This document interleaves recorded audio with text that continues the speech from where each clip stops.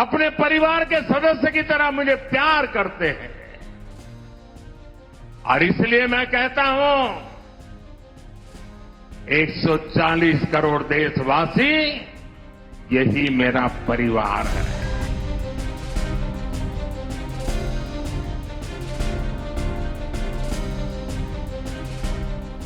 जब प्रधानमंत्री मोदी के परिवार पर बिहार के पूर्व मुख्यमंत्री ने टिप्पणी की तो आपको लगा होगा कि राजनीति की ये नई तस्वीर अब एक और निचले स्तर पर चली गई है। लेकिन बीजेपी ऐसे मुद्दों को इस्तेमाल करने में काफी माहिर है। लेकिन कैसे, ये आपको आगे दिखाएंगे। मैं अनुराधा तिवारी आज आपको राजनेताओं की जुबानी जंग और इस जंग से हुए नफा और नुकसान के बारे में बताऊंगी। मौत के सौदागर, खून की दलाली, जहरीला सांप जैसे शब्द किसी के लिए अभिशाप बन जाते हैं और किसी के लिए वरदान। आज आपको इसी की कहानी सुनाते हैं और आपकी मेमोरी को स्ट्रॉन्ग करते हैं, क्योंकि अब चुनाव है तो जाहिर सी बात है बयान अभी और आने वाले हैं। आप हमारे कमेंट बॉक्स में जाकर कमेंट जरूर कीजिए कि चुनाव से संबंधित और कौन सी खबर को आप विस्तार से देखना चाहते हैं। एक नेता ने मुझे हिटलर कहा तो दूसरे ने मुझे बदतमीज नालायक बेटा कहा। इतना ही नहीं, मुझे रेबीज बीमारी से पीड़ित बंदर बोला गया।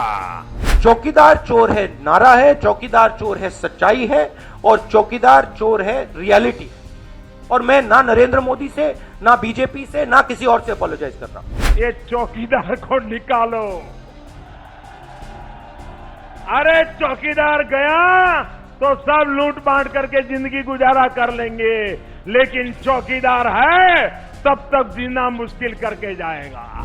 जब तक आप हिंदुस्तान के लोकतंत्र को नहीं समझोगे, आप ये चाय वाले को दिन रात गाली देते रहोगे। जब जब चुनाव का दौर तेज होता है तब तब जुबानी जंग भी शुरू हो जाती है। नेता अपनी तरकश से वो तीर निकालते हैं जिससे विरोधी को घायल किया जा सके। ये सिलसिला साल दर साल इस कदर बढ़ता जा रहा है कि दिग्गज विरोधी को घेरने के लिए कभी काम पर आते हैं तो कभी नाम पर। लेकिन विपक्ष तो पीएम मोदी के विजय रथ को रोकने के लिए उनके परिवार पर ही आ गया। इसी के साथ ही नीच, चाय वाला, खून की दलाली, मौत का सौदागर, जहरीला सांप जैसे शब्दों का इस्तेमाल किया गया और अब बात उनके परिवार तक आ गई है। आमतौर पर देखा गया है कि ये हमले पीएम मोदी को परास्त करने की बजाय विपक्ष के लिए घातक साबित हो जाते हैं, क्योंकि इन बयानों को बीजेपी पीएम मोदी का कवच बना देती है।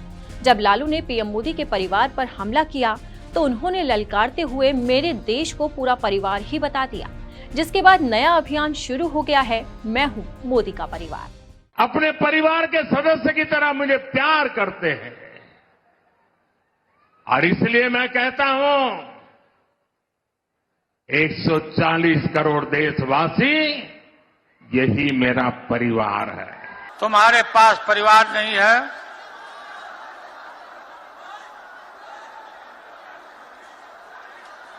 और तुम्हारी माताजी जब, और तुम हिंदू भी नहीं है, तुम्हारी माताजी का जब देहावसान हो गया तो हर हिंदू अपने मां के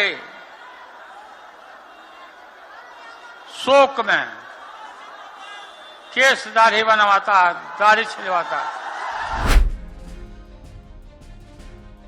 पीएम मोदी का ये पलटवार ठीक वैसा ही था जैसे साल 2019 में जब लोकसभा चुनाव से पहले राहुल गांधी ने पीएम मोदी के बारे में चौकीदार चोर है की टिप्पणी की थी।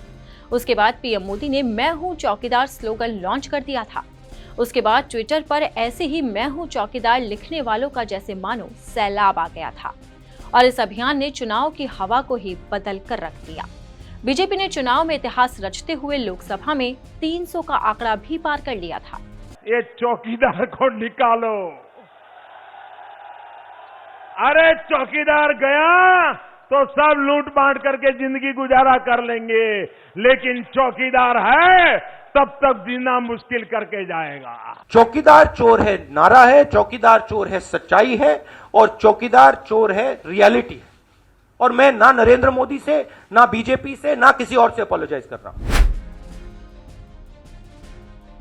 पीएम मोदी पर निजी हमले करने के मामले में सोनिया गांधी से लेकर दिग्गज नेता पीछे नहीं हटे। साल 2007 में सोनिया गांधी ने तो उन्हें मौत का सौदागर कह डाला और इसके बाद हंगामा भी बरपा, जिसका नतीजा ये हुआ कि बीजेपी ने गुजरात विधानसभा चुनाव में प्रचंड जीत के साथ अपने विजय रथ को आगे बढ़ाया। कांग्रेस को बड़बोलेपन का नुकसान साल 2014 के चुनाव में भी भुगतना पड़ा। कांग्रेस के वरिष्ठ नेता मणिशंकर अय्यर ने कहा था, मैं आपसे वादा करता हूं कि नरेंद्र मोदी 21वीं सदी में देश का प्रधानमंत्री नहीं बन पाएगा। अगर वो दिल्ली आकर चाय बेचना चाहते हैं तो हम इसके लिए उन्हें जगह दिला सकते हैं। उसके बाद नरेंद्र मोदी ने खुद को चाय वाला कहकर इतना प्रचारित किया कि देश के चाय बेचने वालों की प्रतिष्ठा से जोड़ दिया गया।